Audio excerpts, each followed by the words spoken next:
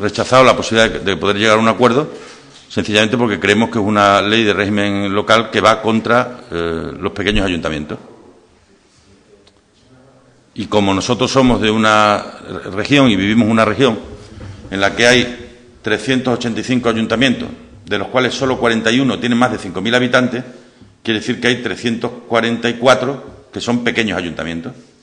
Y sabemos la importancia del 60% de la población de Extremadura que vive ahí. Y esta ley acogota a los pequeños municipios.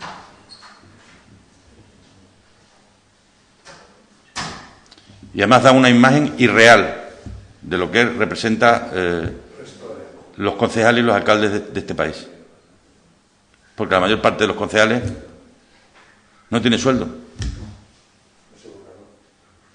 Y luego me parece que fijar unos sueldos del tenor de los que se está hablando me parece cuando menos excesivo.